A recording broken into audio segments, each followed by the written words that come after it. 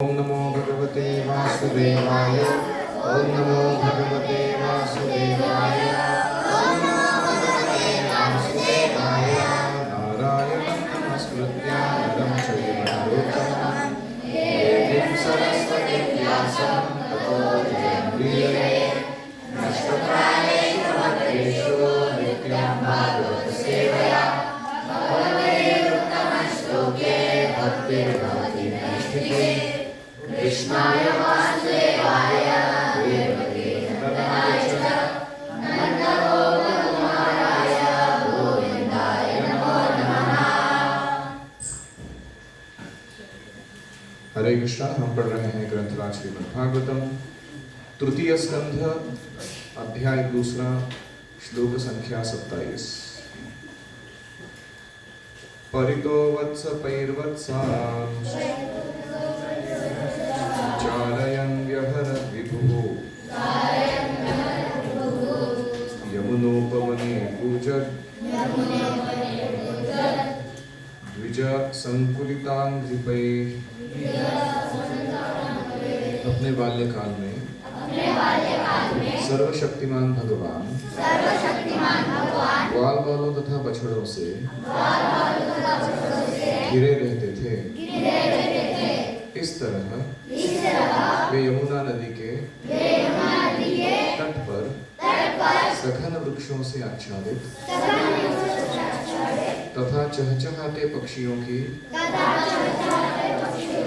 ध्वनि से पूरित बगीचों में विहार करते थे। हरि ओम सहना भवतु सहना भुनक्तु सह वीर्यं करवावहै तेजस्विनावधीतमस्तु मा विद्विषावहै। ओम शांति शांति शांतिः। ओम अज्ञानतिमिरान्धस्य ज्ञानाञ्जनशलाकया चक्षुरुन्मीलितं येन तस्मै श्रीगुरवे नमः। जय श्री कृष्ण चैतन्य प्रभु नित्यानंद श्री अद्वैत गदाधर श्रीवासादि गौर भक्तवृंद। हरे कृष्णा कृष्णा कृष्णा हरे हरे हरे राम राम राम हरे हरे। हरि ओम तत्सत्। हरे कृष्णा। तो हम विदुर के प्रश्नों के द्वारा प्रेरित उद्धव जी का कृष्ण स्मरण कृष्ण लीला वर्णन सुन रहे हैं। अभी कहाँ हैं हम? कृष्ण स्मरण में वृंदावन में ब्रज लीला की शुरुआत। तो पहले उन्होंने वर्णन किया था इसके कि कंस के भय से जो अभय प्रदान करने वाले भगवान हैं सबको, वे स्थानांतरित किए गए थे मथुरा से गोकुल में। उसके बाद अभी वो वर्णन कर रहे हैं कि बाल्यकाल में भगवान ग्वाल बालों और बछड़ों से घिरे रहते थे। This is real childhood. आपको बाल्यकाल क्या होता है समझना है तो आपके आजू बाजू में कौन रहने चाहिए? ग्वाल बाल और बहुत सारे बछड़े। तो कृष्ण की उम्र जब तक 5 साल की नहीं हुई थी तो वो बहुत दूर घने जंगल में नहीं जाते थे। जो गांव का बाउंड्री होता है उसके निकट में सिर्फ बछड़ों को चराते थे। और जब ये बड़े हो गए, मतलब बड़े मतलब बहुत बड़े नहीं, 5 साल के ऊपर हो गए, तो उनको गैयों को संभालने का चांस दिया गया। 5 साल की उम्र। गैया बड़ी बड़ी होती है, कहीं सींग मार दे कुछ कर दे, लोगों के हाथ सूख जाते हैं। तो कृष्ण भगवान 5 साल की उम्र से ऐसे सेवा करते थे गैयों की। तो जब गैयों का चार्ज मिला तो उनको अंदर घने वन में, जहाँ वृंदावन का खासियत क्या है, उसे कुंज या निकुंजों से घिरा हुआ कहते हैं। वृंदावन वन है ना सारे, वो 12 वन। तो कुंज का अर्थ क्या होता है? It's a forest garden. अरण्य भी है लेकिन ऐसा उबड़ खाबड़ अरण्य नहीं है, ऐसा लगता है मानो वेल कल्टिवेटेड हो, कोई बगीचे जैसा सुंदर उपवन निर्माण किया गया हो, उसके बीच में भगवान अपनी लीलाएं संपन्न करते हैं। तो बड़ा होने के पश्चात वो ऐसे निबिड़ वन में जाकर अपने ग्वाल मित्रों के साथ गैया चराने लगे। रूपा जी लिखते हैं नंद महाराज के पास हजारों गौवें थी। कितनी थी?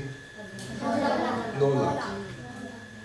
वैश्यों का कर्तव्य है गायों की सुरक्षा करना, क्षत्रियों का कर्तव्य है मनुष्यों की सुरक्षा करना, खास करके ब्राह्मणों की। तो वो ब्राह्मण प्रतिपालक ऐसे बोलते क्षत्रियों। तो ग्वाल बाल जो कृष्ण की संगति प्राप्त किए थे वे कौन थे? पूर्व जन्म में महर्षि तथा योगी थे।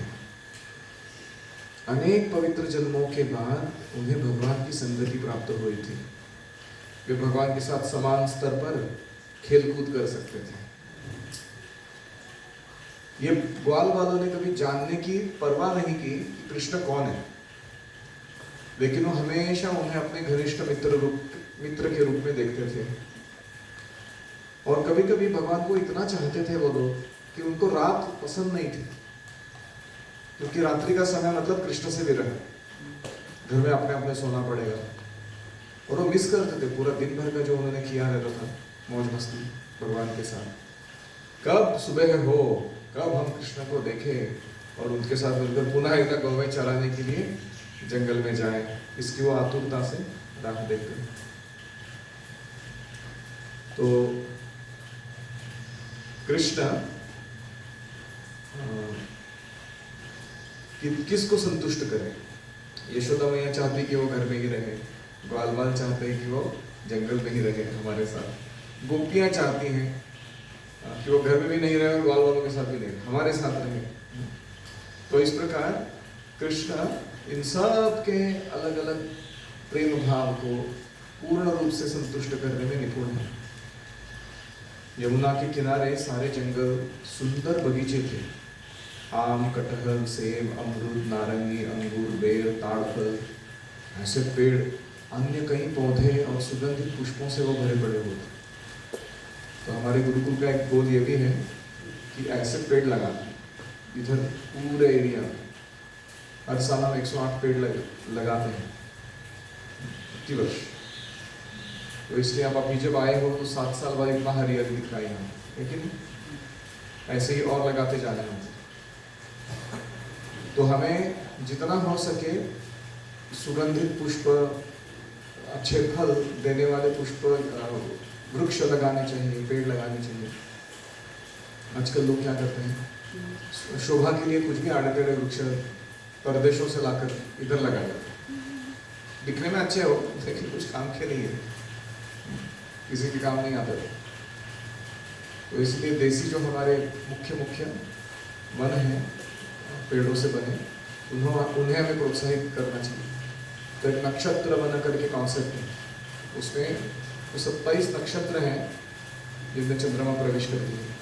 वो 27 जो एक 360 डिग्री के अंदर से 27 कोण बनेंगे, तो हर एक कोण के अंदर कौन सा वृक्ष लगाना चाहिए, और ऐसा करके 360 डिग्री में उस वन में कैसा जंगल होना चाहिए उसका ब्यौरा या उसका विवरण वेदों में दिया हुआ है। तो हमें ऐसे कम से कम एक नक्षत्र वन तो बनाना चाहिए हर एक गांव में, हर एक कम्युनिटी में डिवोटीज।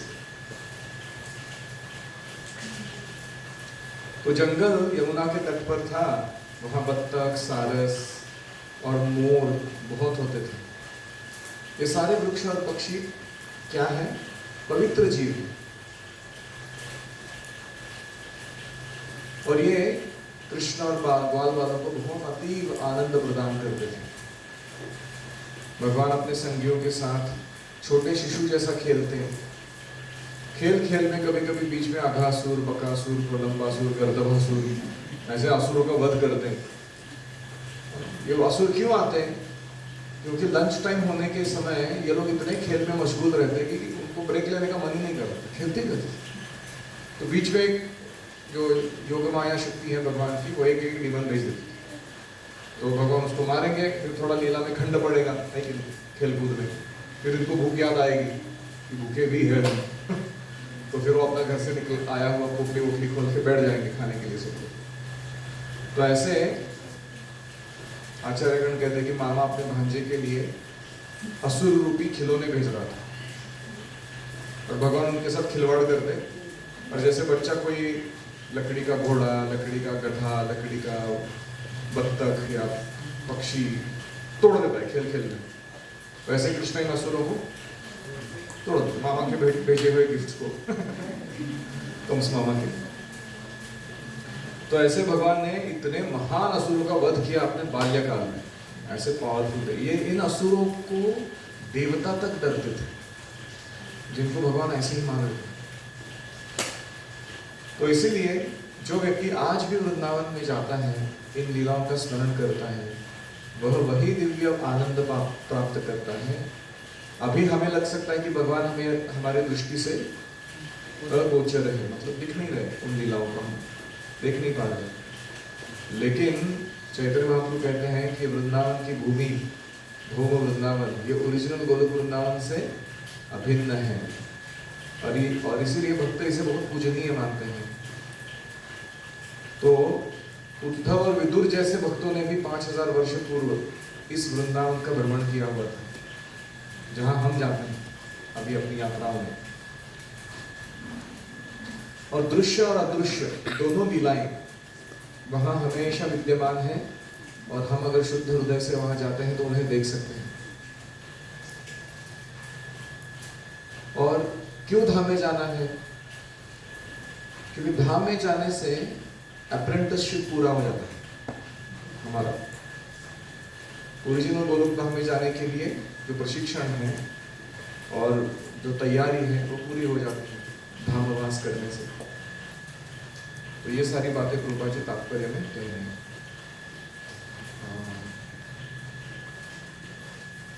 हमें अपने जीवन में ऐसा वातावरण बनाकर जीना चाहिए जिसे हम नेचुरल स्थानों में वास करें, कंक्रीट जंगल में नहीं।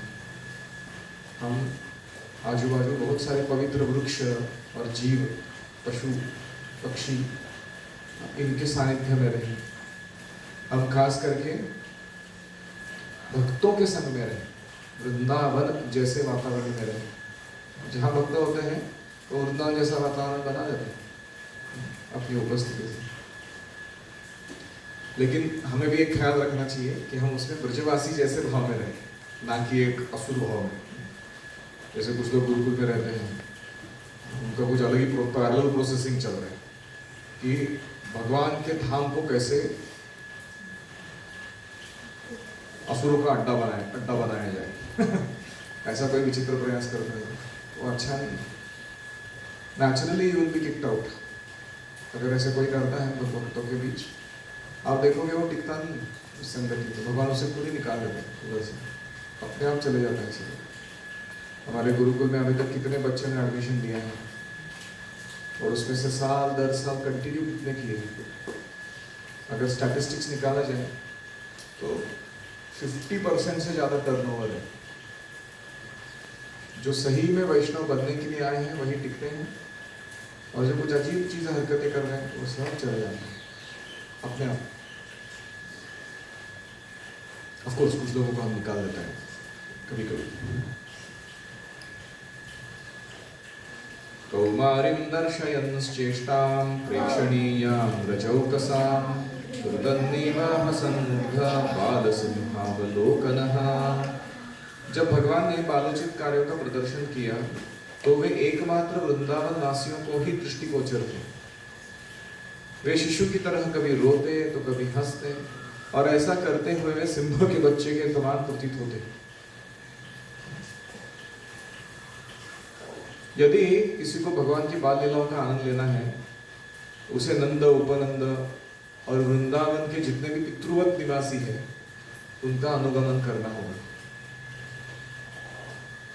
तद अनुरागी जन अनुगामी जिस जिस भाव को हम विकसित करना चाहते हैं उस भाव के भक्त का हमें अनुगमन करना होगा। तो जैसे एक सामान्य बालक भी हम देखते हैं किसी वस्तु को पाने के लिए हट करके बैठ जाता है, कभी बहुत कितना रोते हैं कभी कभी बच्चे, हमने देखा। ऐसे मॉल्स में जाते हैं और उनको कोई टॉय चाहिए या कुछ खाने का वस्तु चाहिए तो नीचे बैठ जाते हैं, जमीन पे ऐसे हाथ पैर हिला के महिला पाइजे। आप मुझे कितने लोगों ने किया है सब काम? तो और वांछित वस्तु मिलने में तुरंत हंसने लगते हैं, मतलब 2 मिनट पहले चलता रहा पूरा ड्रामा था वो। और लेकिन इनका जो रोना और हंसना होता है वो उनके माता पिता के लिए आनंददायक होता है। तो ऐसे ही ये जो ओरिजिनल टेंडेंसी है उसकी परिपूर्ण रूप में भगवान में पाई जाती है। तो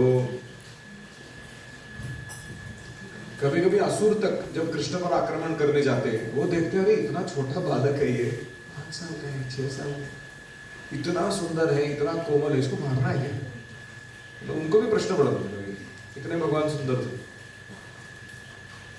और उनके जो संगीत है वो कृष्ण ने कैसे असुर को मारा, वो हीरो गिरी की लीला जो है उसको अपने घर वालों को बताने में बड़ा आनंद लेते थे। और घर वालों को ज्यादातर विश्वास ही नहीं होता था ऐसा कुछ कर सकता है ये बच्चा का। और इस प्रकार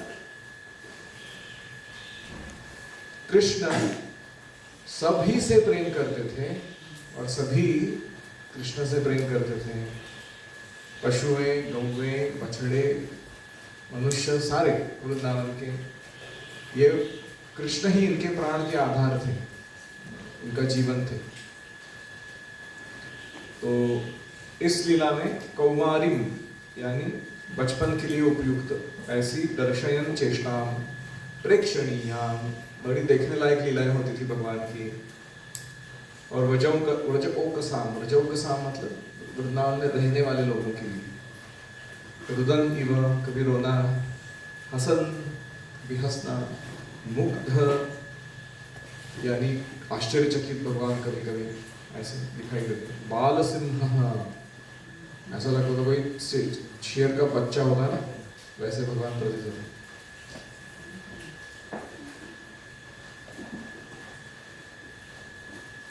स एव गोधनं लक्ष्म्या निकेतं सितगोपुषं चारयन् अनुगान् गोपान् अनृणन् रणत् वेणु अरिरमत् रणत् वेणुररिरमत्। अत्यंत सुंदर गाय बैलों को चराते हुए समस्त ऐश्वर्य तथा संपत्ति के आगार भगवान अपनी वंशी बजाया करते हैं। इस तरह वे अपने श्रद्धावान अनुयायी ग्वाल बालों को प्रफुल्लित करते हैं। तो भगवान के गाय और बैल दिखने में बड़े सुंदर थे, एकदम मैजेस्टिक। जिसको ना बैल है तो ऐसा दिखेगा वो कि आदमी खुश हो जाएगा, और गैया है वो इतनी सुंदर दिखती थी, केवल उनका मुख का अवलोकन करके ही व्यक्ति प्रसन्न हो जाए, ऐसा उनका स्वभाव स्वरूप था। और इनके साथ इनके जो ग्वाल बाल चलते रहते हैं, आगे आगे गैया पीछे पीछे ग्वाल, बीच में मेरो मदन गोपाल, घास खाए गैया दूध पिए ग्वाल, बंसी बजाए मेरो मदन गोपाल। तो ये सब चलता रहता था इनका काम। और कृष्ण का सबसे फेवरेट पास टाइम था कि अपनी वेणु वादन के द्वारा सारे भक्तों के मन को, सारे गौओं को, बैलों को, बछड़ों को दिव्य आनंद प्रदान करें। ऐसा कहते हैं कि जब कृष्ण वेणु बजाते हैं तो सारी गैया जो है ऐसे अपने काम खड़े करके, अगर देखा कभी कभी डिश एंटेना के जैसा, और वो पूरा साउंड को ऐसे कैप्चर करके वो अपने अंतःकरण में लेती थी वो गैया, और वो स्तब्ध हो जाती थी। केवल उससे आंखों से आने वाले आंसू बहते रहते और उसके थनों से निकलने वाला दूध बहता रहता। लेकिन वो गैया और उसका बछड़ा, जो बछड़ा दूध पीने में लगा है वो भी उधर स्टन हो गया, वो पी नहीं रहे दूध। दूध गिर रहा है नीचे लेकिन वो पी नहीं रहा है, क्योंकि वो भी अपना कान लगाया हुआ है कृष्ण की बांसुरी के ऊपर। और वो दोनों भी समाधि में चले गए, माता और बच्चा, जच्चा बच्चा। और ये कुछ अलग ही दिव्य आनंद था उनको, कृष्ण की वेणुवादन सुनना। और ग्वाल बाल भी कृष्ण की वेणुवादन सुनते सुनते गैया चला था। क्या लाइफ है ये। और इसलिए जिनको गो सेवा मिला है ना, वो बड़े भाग्यशाली लोग हैं। इनका ट्रेनिंग चल रहा है कि how to become a GBC, गाय बैल चलाने वाला, जीबीसी। तो अगर तुमको भगवत धाम जाना है तो तुम्हारा प्री क्वालिफिकेशन क्या है? गाय बैल चलाने आना चाहिए। क्योंकि वृंदावन धाम क्या है? गोलोक, उसका नाम ही है, गैयों का लोक है वो। अगर तुम गाय का सेवा करना नहीं आता तो उधर तुम्हारा कुछ काम नहीं है फिर।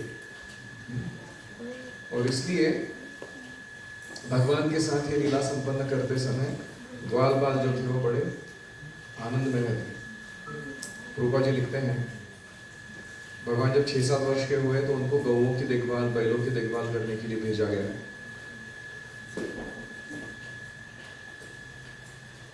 तो अर्थशास्त्र के अनुसार मनुष्य 2 चीजों से धनी माना जाता है। एक है अन्न भंडार और दूसरा है गौओं का। धान्येन धनवान गवया धनवान, यानी जिसके पास बहुत ज्यादा स्टॉक है खाने पीने की वस्तुओं का, और जिसके पास बहुत अच्छी अच्छी गैया हैं, उसको क्या कहा गया है? धनवान। ऐसा नहीं कि उसके पास मर्सिडीज बेंज है या उसके पास फरारी खड़ा है गाड़ी, या किसी के पास बैंक बैलेंस में डिजिटल करेंसी में बहुत सारे करोड़ों रुपए है, उसको धनवान नहीं मानते।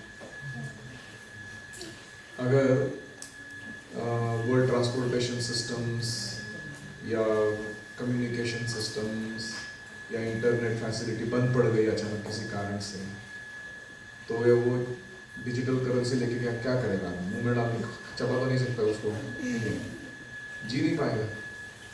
तो इसीलिए सर्वप्रथम गोधन, भूधन और विद्याधन, इनसे हमें धनवान होना है अपने जीवन में। तो इंटरेस्टिंग है, बलराम जी के हाथ में हल है यानी नांगर है ना, और कृष्ण के हाथ में बांसुरी है। तो बलराम जी क्या दर्शाते हैं? कृषि, खेती। और कृष्ण क्या दर्शाते हैं? वेणुवादन। वो गैयों को बुलाने का, कंट्रोल करने का एक सिस्टम है वो। तो गो रक्षा, तो एक जन कृषि और एक जन गो रक्षा के मूर्तिमान रूप है कृष्ण बलराम। तो जो व्यक्ति ये 2 काम में लगा हुआ है वो सही फॉलोअर है कृष्ण बलराम का। और इसलिए ये 2 चीजें, कृषि और गोरक्षा, ये मनुष्य की सारी जरूरतों को पूरा कर सकते हैं और हमारी सारी समस्याओं को हल कर सकते हैं। जो भी हम अभी बोल रहे हैं ना, ये प्रॉब्लम चल रहा है, pollution problem, nutrition problem, poverty problem, this problem, disease problem, ये सारे प्रॉब्लम केवल ये 2 चीजों से खत्म हो सकते हैं। जैविक कृषि, विषमुक्त खेती और गो सेवा भरपूर। तो इसलिए हम सबको इसमें चैंपियन बनना है अपने जीवन में।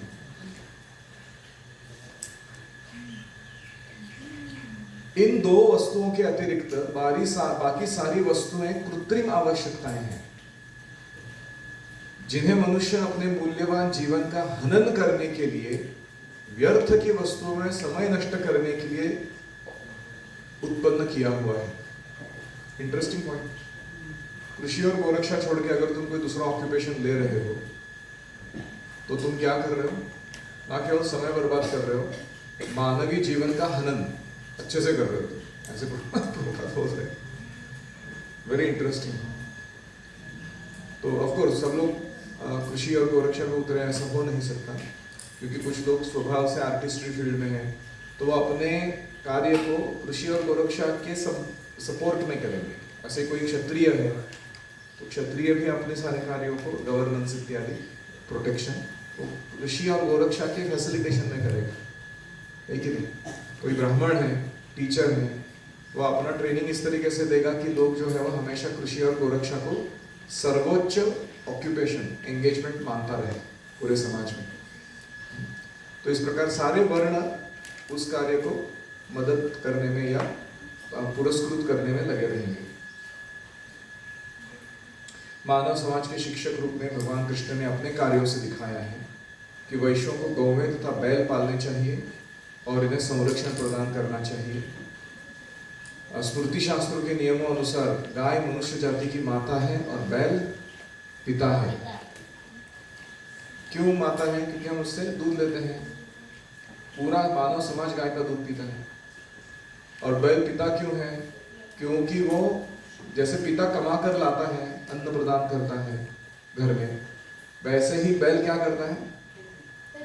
हाँ, खेत जोतता है। ट्रैक्टर की जरूरत नहीं है, बैलों के द्वारा खेती जोतने से उपज अच्छी आती है। और इसलिए भूमि जोतता है, इतनी मेहनत होती है उसमें, बैल करता है सब। और कितना सारा सामान ढोकर जाना और कितना सारा ट्रांसपोर्टेशन इत्यादि उसमें काम आता है। बुल पावर, कच्ची गाड़ी चलाओ या इरिगेशन वाटर सप्लाई चलाओ कितने सारे काम बैल कर सकता है। तो इसलिए उसको पिता का स्थान दिया गया है। अगर मानव अपने माता और पिता का वध करेगा तो अब उसका जीवन क्या होगा? नष्ट हो जाएगा अपने आप। और यही हो रहा है खास करके कलयुग में। तो सुंदर गौवें, बैल चौकड़ीदार रंगों वाले थे, लाल, काले, पीले, धूसर, अलग अलग प्रकार के। और उनके रंगों तथा स्वस्थ हंसमुख चेहरों को देखकर वातावरण उल्लासपूर्ण हो जाता था।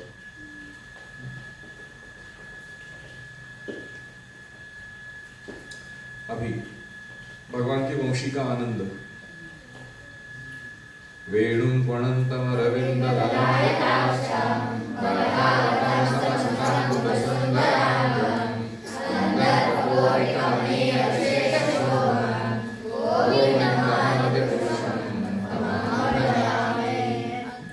ब्रह्मा जी कह रहे हैं उस मैं गोविंद का भजन करता हूँ जो वेणु वादन करने में एक्सपर्ट है। वेणु प्रणन्तम और अरविंद दलायताक्षम, जिनकी आंखें बड़ी बड़ी कमल के पंखुड़ियों जैसी हैं। बरहा बताओ सब क्या है? मोर पंख है उनके मुकुट में। असितांबुद सुंदराग, जो मानसून क्लाउड होता है उसके जैसा श्याम वर्ण है भगवान का। कंदर्प कोटि कमनीय, कोटि कंदर्पों के सौंदर्य को परास्त कर दे ऐसा जिनका सौंदर्य है। विशेष शोभा, और ये विशेष शोभा देता है खास करके वृंदावन धाम में। ऐसे गोविंदम आदि पुरुषम तमहम भजामि, ऐसे आदि पुरुष गोविंद का मैं भजन करता हूँ। प्रयुक्तांधोजराजेन मायिनः कामरूपिणः लीलया विनुता दत्तांस्तान् बालः क्रीडनकानिव। भोज के राजा कंस ने कृष्ण को मारने के लिए बड़े बड़े जादूगरों को लगा रखा था, जो कैसा भी रूप धारण कर सकते थे। किंतु अपने लीलाओं के दौरान भगवान ने उन सबों को उतनी ही आसानी से मार डाला जिस तरह कोई बालक खिलौनों को तोड़ डालता है। बालः क्रीडनकानिव। अभी नास्तिक लोग जो होते हैं कंस के तरह कृष्ण को जन्म लेते ही मारना चाहते हैं। तो जब कंस को पता चला कि अरे ये तो बच्चा बच गया, उसको गोकुल में स्थापित किया गया जाके, तो उसने अलग अलग जादूगर काम पर लगाए। असुर इच्छा अनुसार कोई भी रूप धारण कर सकते थे वो। अघ, बक, पूतना, शकट, तृणावर्त, धेनुक, गर्दभ, ऐसे अजीब अजीब रूप धारण करके वो मारने के लिए आए थे भगवान को। और भगवान ने एक एक करके सबको मार डाला, जैसे कोई खेल में बच्चा किसी खिलौनों को तोड़ देता है। बच्चे कभी कभी सिंह, हाथी, भालू ऐसे विविध खिलौनों से खेलते हैं और खेलते खेलते तोड़ देते हैं। भगवान कितने शक्तिशाली होंगे कि जिन असुरों से देवता डरते हैं उनको वो लीलाया समाप्त कर देते हैं।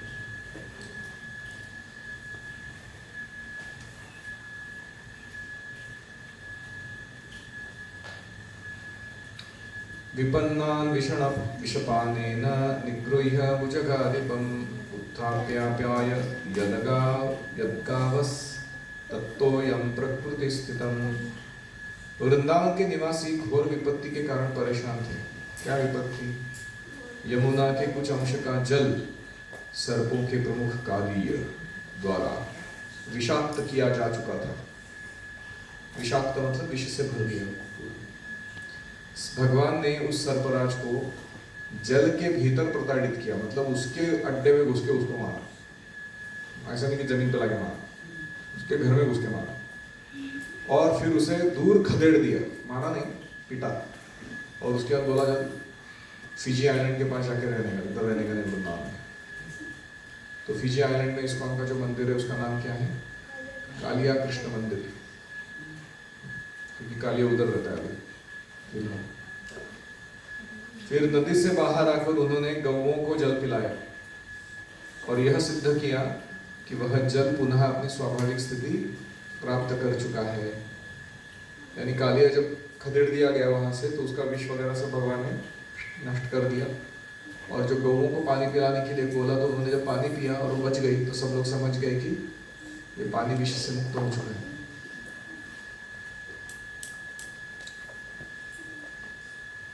अयाजयत गोसवेन गोपराजं द्विजोत्तमैः वित्तस्य चोरुभारस्य चिकीर्षन् सत्ययं विभुः। भगवान कृष्ण महाराज नंद की ऐश्वर्यशाली आर्थिक शक्ति का उपयोग गौओं की पूजा के लिए कराना चाहते थे। वे स्वर्ग के राजा इंद्र को भी पाठ पढ़ाना चाहते थे। अतः उन्होंने अपने पिता को सलाह दी कि विद्वान ब्राह्मणों की सहायता से गो अर्थात चरागाह तथा गौओं की पूजा कराई जाए। तो जो गोवर्धन लीला है वो एक तीर 100 निशान है। इतने सारे कार्यों को भगवान ने एक साथ संपन्न कराया उस एक लीला के द्वारा। इंद्र का गर्वहरण करना, गौओं का ब्राह्मणों का सम्मान बढ़ाना, गोवर्धन के भक्ति का महिमा जगत को दिखाना, अपने घर वालों को समय देना, सभी ग्वाल वालों को, सभी गोपियों को, सभी बड़े बुजुर्ग जो वात्सल्यपूर्ण गोप थे, गोपियां थी, उन सबको एक साथ एक छत्र के नीचे लाकर सबके साथ प्रेम का आदान प्रदान करना। इतने सारे भगवान ने काम अकम्प्लिश किए उस लीला के द्वारा। तो ये बहुत ही विशेष लीला थी।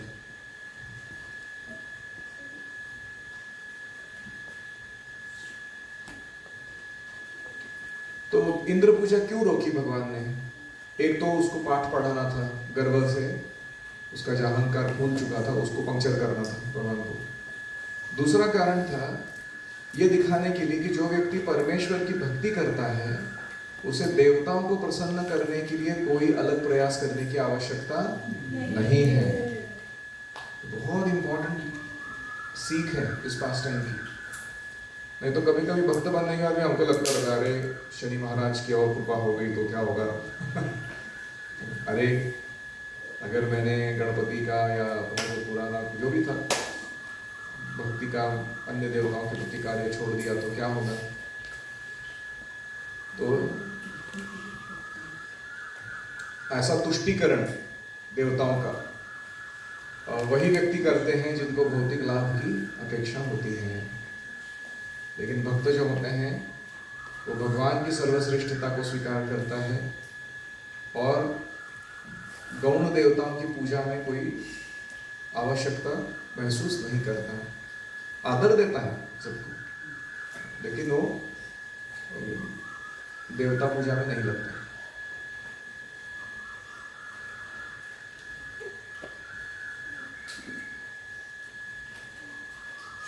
और तीसरा एक बहुत महत्वपूर्ण संदेश भगवान देते हैं कि भगवान कहते हैं कि हमारे जो समस्त कर्म हैं या उनके फल हैं उसके द्वारा हमें ब्रह्म की पूजा करनी चाहिए।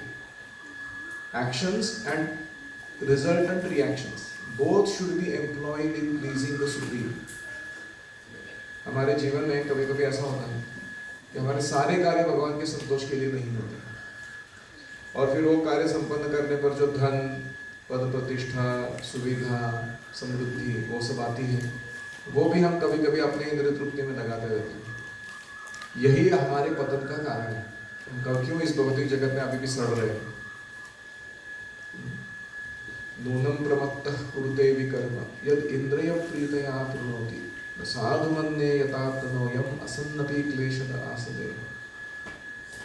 तो इसलिए हमें ये सेग्रीगेशन बिजनेस बंद करना चाहिए और हमारा मन जो कर्म संग करने में लगा हुआ है उसको कृष्ण संग करने में लगा देना चाहिए।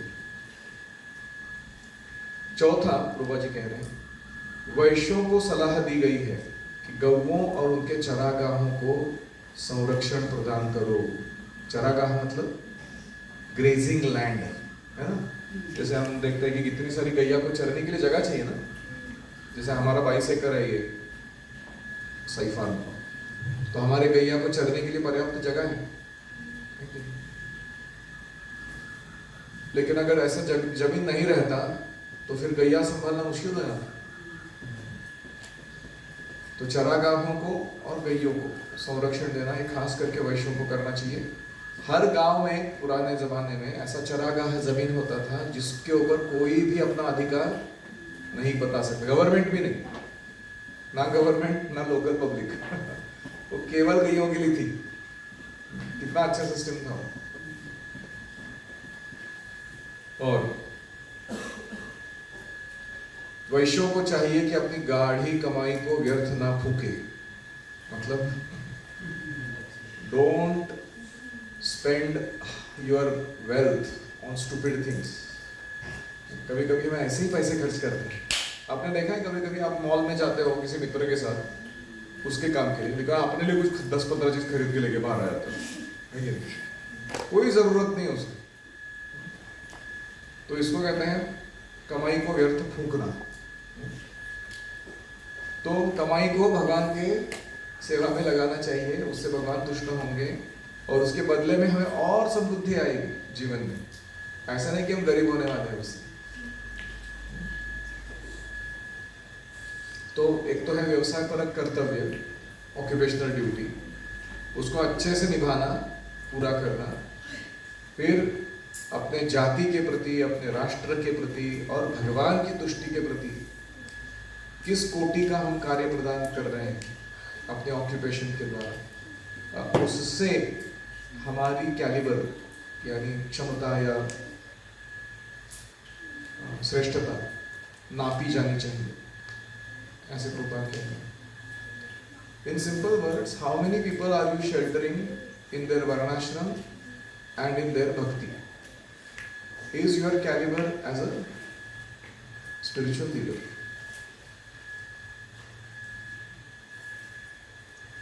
Any comments, questions, reflections? First questions, then reflections. पहले प्रश्न पूछिए।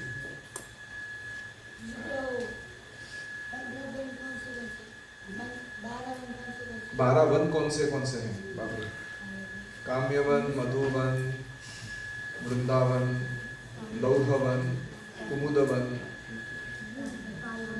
तालवन, भांडीरवन,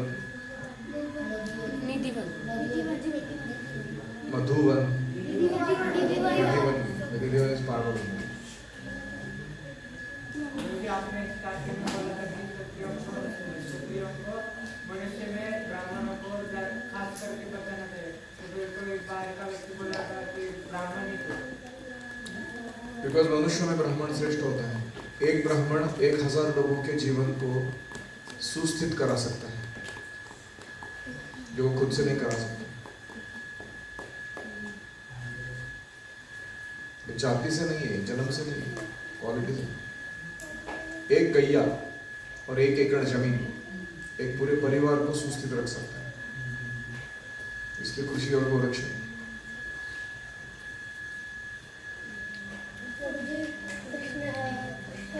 श्री कृष्ण का जो वो फ्लूट था वो इतना मतलब स्वीट था कि जो गाय लोग थे जब चलने जाते तो उन लोग का थन से दूध गिरते रहता था, तब भी वो लोग उनके तरफ देखते रहते थे, काम उनका खड़ा रहता था।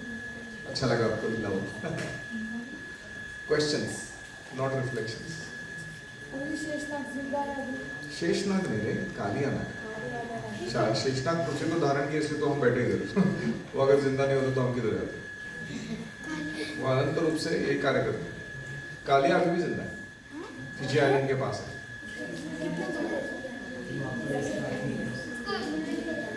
क्वेश्चन, ताड़ का वृक्ष, ताड़ी ताड़ी लोग दारू पीते हैं, ताड़ी ताल ताल वृक्ष जो होता है उसमें ताल के फ्रूट्स लगते हैं। मैं कभी आएगा बाजार में तो लाके दिखाता हूँ, खट्टे मीठे होते थे, इंटरेस्टिंग टाइप होता है।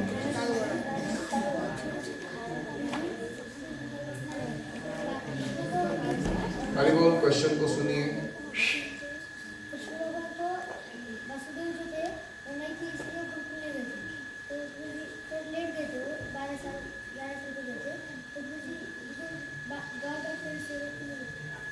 अच्छा, इनका प्रश्न है कि कृष्ण के ग्वाल बाल जो फ्रेंड्स थे जो वृंदावन में रहने वाले, उनका गुरुकुल ट्रेनिंग किधर होता था? कृष्ण तो 11 साल की उम्र में सांदीपनि मुनि के पास चले गए बाद में, जब वो कहाँ चले गए? मथुरा, अपने माता पिता के पास, देवकी वसुदेव, उन्होंने अरेंज किया कि वो गुरुकुल ट्रेनिंग पूरा कर ले।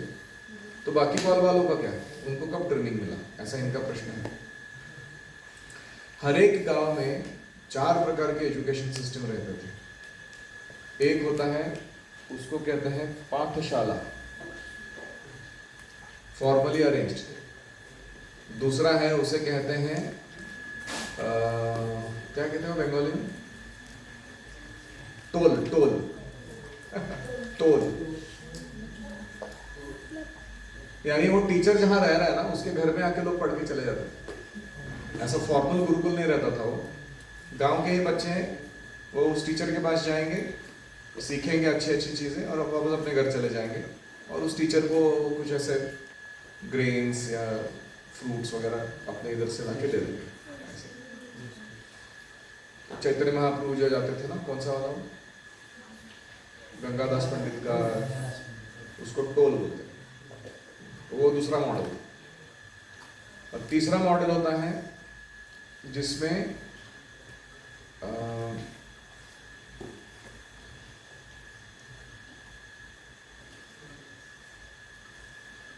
फॉर्मली अरेंज्ड गुरुकुल होते हैं जो आश्रम वन में होते हैं, और जिसमें बच्चे जो खास करके उच्च वर्ण के बच्चे जाते हैं वहाँ पे, ब्राह्मण क्षत्रियों के, वो डिटेल्ड में पढ़ाई करते हैं। कभी कभी वैश्य शूद्र के भी बच्चे जाते हैं, तो उनको जो अनुरूप है उनके प्रोफेशन के भी उसका और भगवत भक्ति का प्रशिक्षण उधर दिया जाता था। और चौथा होता था जैसे नालंदा, तक्षशिला जैसे बड़े बड़े universities, like state sponsored and lot of teachers, lot of like 50,000 students, and for teaching them 15,000 teachers. You can imagine कितने ब्रांचेस, कितने डिपार्टमेंट्स, कितने प्रकार का ज्ञान देते रहेंगे वो लोग वहाँ पे। 1:3 रेशो टीचर्स को और स्टूडेंट्स का। हमारा 1:4 है गुरुकुल, 16:64 है। तो ऐसे वो ऑर्गेनाइज करते थे चीज़ों को, तो हर एक को शिक्षा मिलती थी। ऐसा नहीं कि कोई फुकट चंबू बाबू बैठा हुआ है घर पे अपना टीवी देखते हुए तो ऐसा सिविलाइजेशन नहीं था उनका। तो जितना ऊपर वाला सिस्टम आपको मिलेगा ना, उतना ज्यादा क्वालिटी का प्रशिक्षण आपको प्राप्त होगा।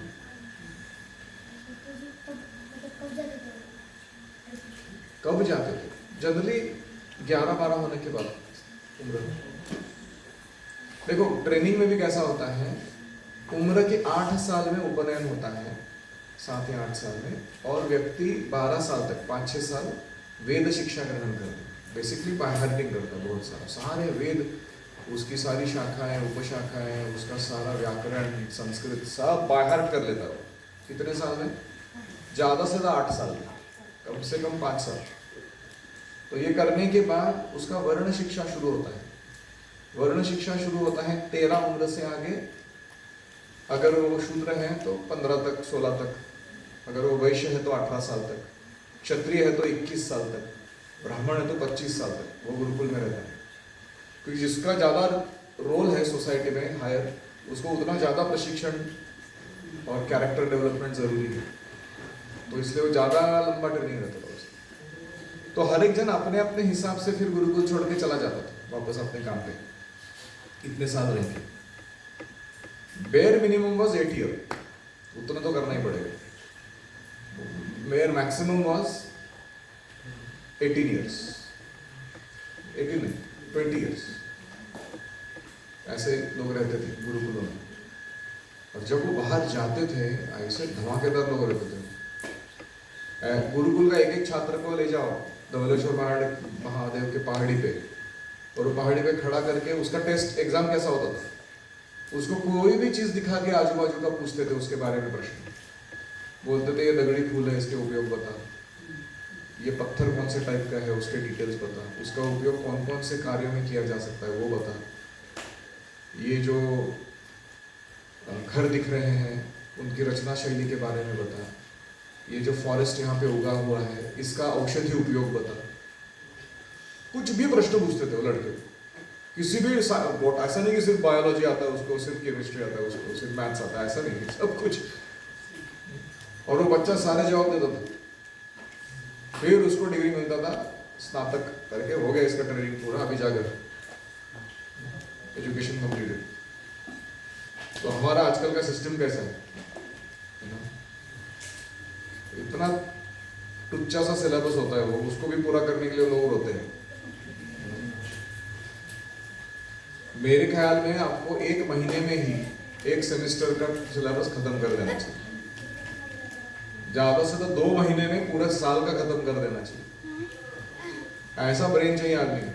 ब्रह्मचर्य पालन करो, दूध पियो अच्छे से, और चुस्त दुरुस्त रहो, योगा वगैरह करके, शार्प मेमोरी, शार्प इंटेलिजेंस एकदम। एक बार पढ़ दिया काम खत्म, बार बार उसको देखने की जरूरत नहीं पड़ना चाहिए व्यक्ति को। ऐसा नहीं कि बार बार वही पढ़ता रहे, फिर उसको समझ ही नहीं आता क्या चल रहा है।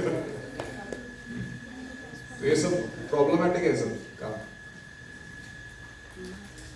तो लोगों को चाहिए कि गुरुकुल से लड़के बहुत अच्छे अच्छे निकले, लेकिन वो क्वालिटी क्या लाके दे रहे हैं अंदर। वो बच्चे को तो चड्डी धोना नहीं आ रहा है, तो उसको क्या हम सिखाएं।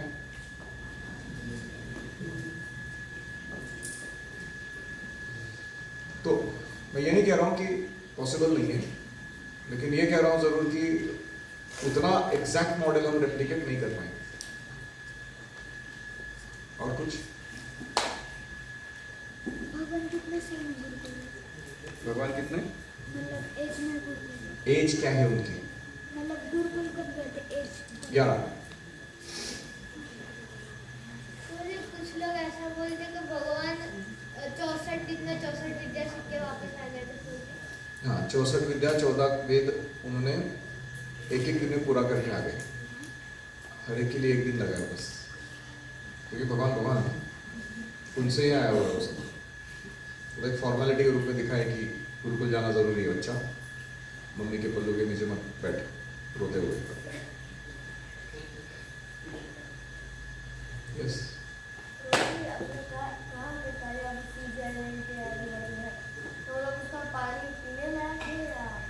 किसका पानी? यमुना का, कालिया दह का पानी। अभी कितना? फिजी आइलैंड, नहीं कालिया अभी फिजी आइलैंड में विष नहीं फैला था, वो ड्यूटी बन गया, वो कृष्णा का व्हीकल बन गया। कभी कभी कृष्ण मथुरा जाते हैं तो अक्रूर के चैरियट पे नहीं जाते हैं, वो कालिया को बुलाते हैं, फिर उसके फण पर बैठ के जाते हैं। क्या एंट्री रहेगा ना खतरनाक, लोग देखेगा ऐसा बड़ा सहस्त्र फण वाला नाग आ रहा है, उसके सर पे भगवान बैठ के राजा के जैसे आ रहे हैं।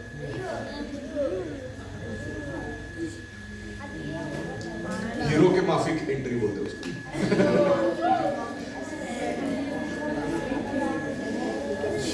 ओम हरे कृष्णा कृष्णा कृष्णा हरे हरे, हरे राम राम राम हरे हरे, हरि ओम तत्सत्। श्रील प्रभुपाद की जय, समवेत भक्तवृंद की जय, श्रीमद् भागवतम की जय। ओम प्रेमानंदे।